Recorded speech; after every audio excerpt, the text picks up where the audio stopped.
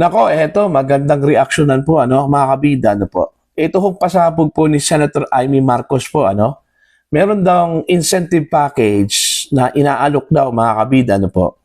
Para dito ho sa mga kongresista, mga kabida, na boboto po ng yes. Okay?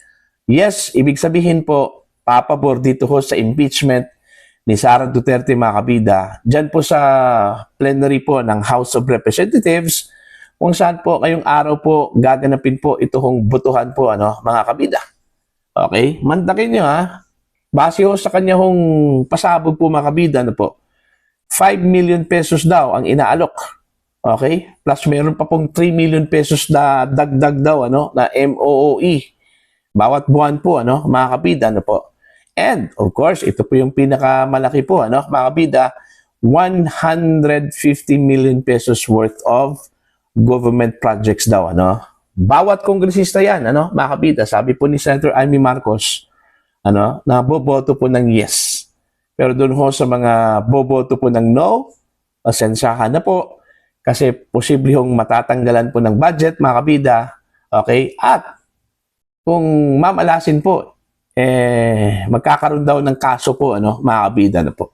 Nako, grabe naman po ito, mga kabida, po.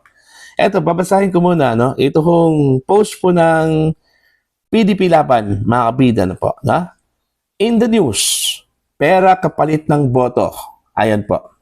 Inihayag ni Senadora Amy Marcos na umano'y may inaalok na malaking incentive package sa mga kongresistang boboto ng yes upang mapatalsik sa pwesto si Vice President Sara Duterte.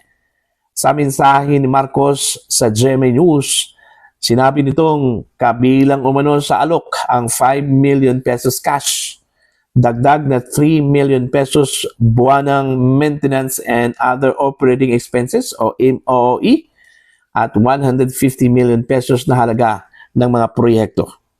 Samantala, ayon pa kay Marcos, ang mga boboto umano ng no ay posibleng mawala ng budget at maharap pa sa mga kasong legal. Ayan. Ito yung sinabi po ni Senator Amy po, mga kabida. Kongs lang ang may offer. Sa senators, no offer. Just under the gun. Ha ha ha. It is the carrot and the stick. Ani Marcos sa mensahe niya sa GMA News. Patuloy namang umuugong ang usapin kaugnay ng impeachment case laban kay VP Sara habang papalapit ang mga susunod na hakbang sa Kamara. Ayon. So yun po, mga kabida, antindi po, nitong pasabog po ni Senator Amy Marcos, po. Okay? Mantakin nyo, ha? Incentive package daw, mga kabida, para ho dito sa mga kongresista. Okay? Na papabor po, boboto po ng yes, okay? Laban ho kay Sara Duterte. Ayan. So, kung ikaw po ay isang sakim na mambabatas po, mga kabida, gusto po ng pera, okay, tatanggapin mo talaga to, Kasi mantakin nyo, 5 million pesos cash yun. Tapos meron pang 3 million na dagdag na MOE, mga kabida. Oh, see? 8 million na lahat. Plus meron pang 150 million worth of government projects. Okay? Kung totoo po ito, mga kabida, doon pa lang sa 150 million, pwede ka nang kumaltas doon, mga kabida. Po. See? So, ito daw yung pang-engganyo daw, mga kabida, doon ho sa mga kongresista na boboto po ng yes. Alright? So, kung wala kang utak at saka umiiral sa inyo yung pagkasakim, mga kabida, okay? May posibilidad na mahawa ka talaga dito, matetempt ka talaga, mga kabida, po. Okay? Kaya nga, ang tanong kasi ngayon, yung pagboto ng unanimous po, dyan sa Committee on Justice, mga kabida, para lang po, may angat itong impeachment proceeding, ni Vice President Sara Duterte dyan po sa plenary. Ito kaya yung rason, mga kabida? 55 out of 55, po? Lahat ng miyembro po ng Committee on Justice, ito, tanong ko lang po ito, mga kabida. Hindi ko sinasabi na totoo itong sinabi po ni Senator Amy Marcos. Okay, ito tanong ko lang po ito kung yung pagboto ba ng 100% dyan sa Committee on Justice para lang po isulong itong impeachment ni Sara Duterte dyan po sa plenary, ito ba yung rason? Okay? Pangalawa po, mga kabida, okay? Saan po nanggaling itong pera na ito? Sino po ang nag-alok po, mga kabida, po?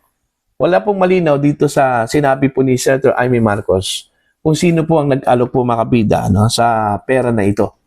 Okay?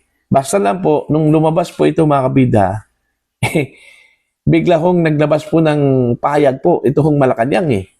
Okay? Ito hong si Undersecretary Claire Castro, mga kabida. Ang sabi po niya, mas mainam daw at may kredibilidad kung may ebidensya pong ilalatag ito hong si Senator Amy Marcos. Okay? Bakit ho nagsalita ito hong Malacanang? Okay? Ang pinatutugulan lang po, mga kabida, ni Senator Amy Marcos ay ito hong House of Representatives na po. Okay? Ibig sabihin ba na may tulong po ang Malacanang ho dito? Kung totoo man po itong sinabi po ni Senator Amy Marcos, mga kabida? Diba? Tanong lang po yun. Okay? Kasi po, itong nangyari po ngayon, mga kabida, kung totoo man po ito, wala hong pagkakaiba po ito sa nangyari doon ho sa unang impeachment na inihain po, mga kabida, dyan po sa Kamara de Representante, Okay, naalala ninyo, mga kabida, nung panahon po ni dating House Speaker Martin Romualdez, kung saan po ay meron pong naghain po ng impeachment against Sara Duterte. In fact, umabot nga ito sa Senado po, mga kabida, po, okay, yung articles of impeachment.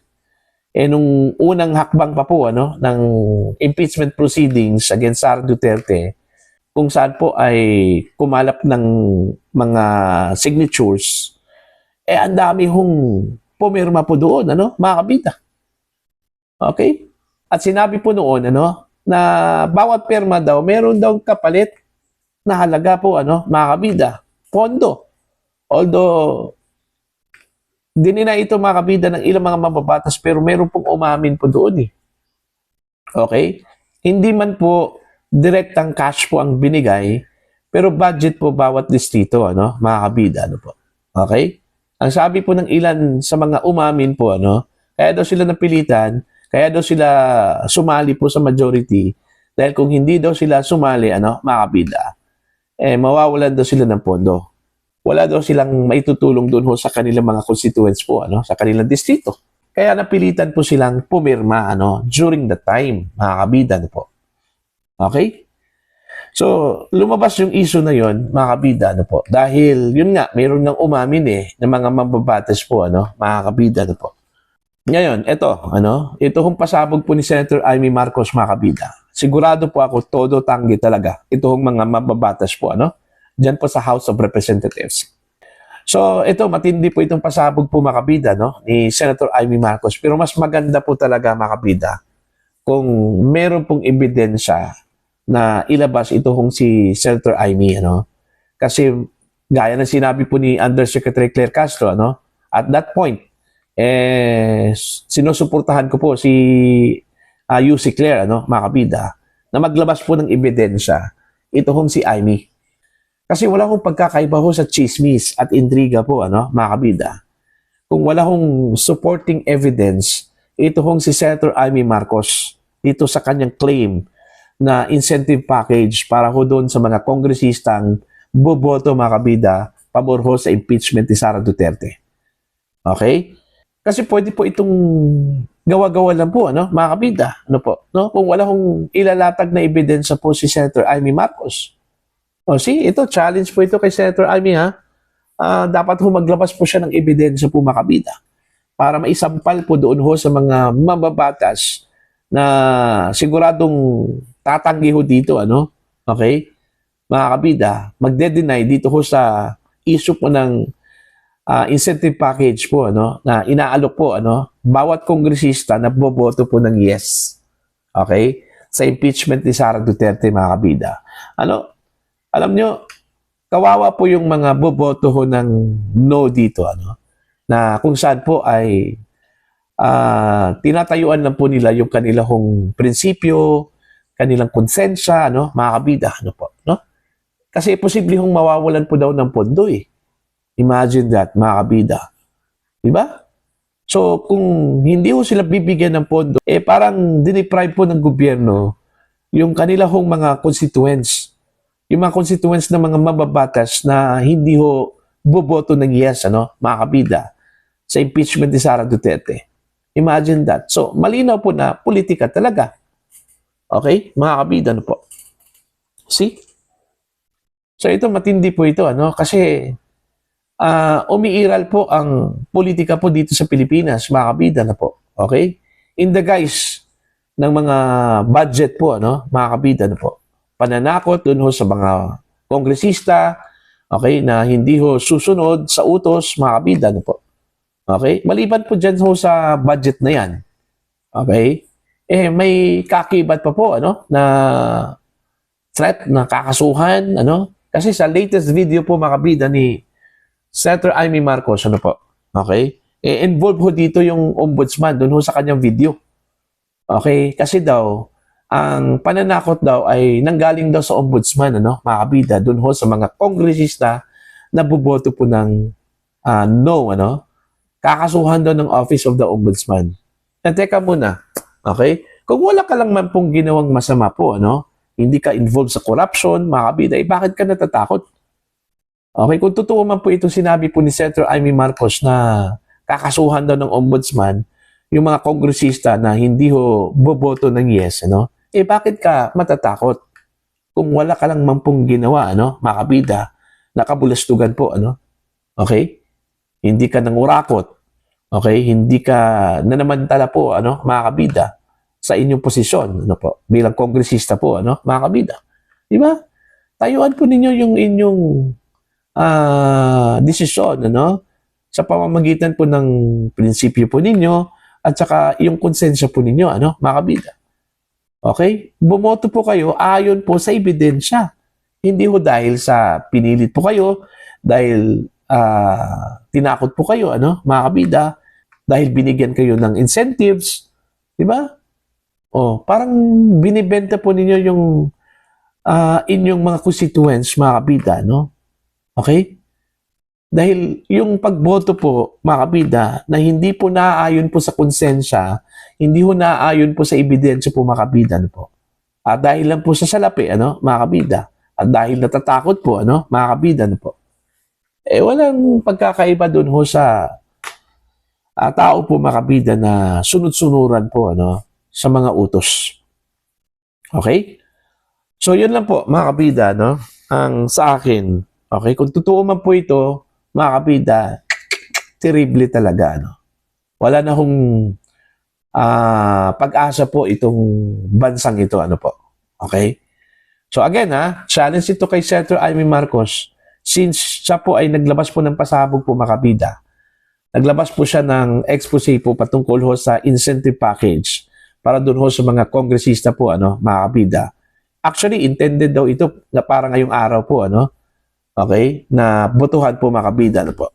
Okay, maglabas po siya ng ebidensya po, mga kabida, para meron pong supporting evidence doon ho sa kanyang claim, mga kabida, na po, at bahala na po yung taong bayan na humusga po dito, ano, mga kabida, ano po.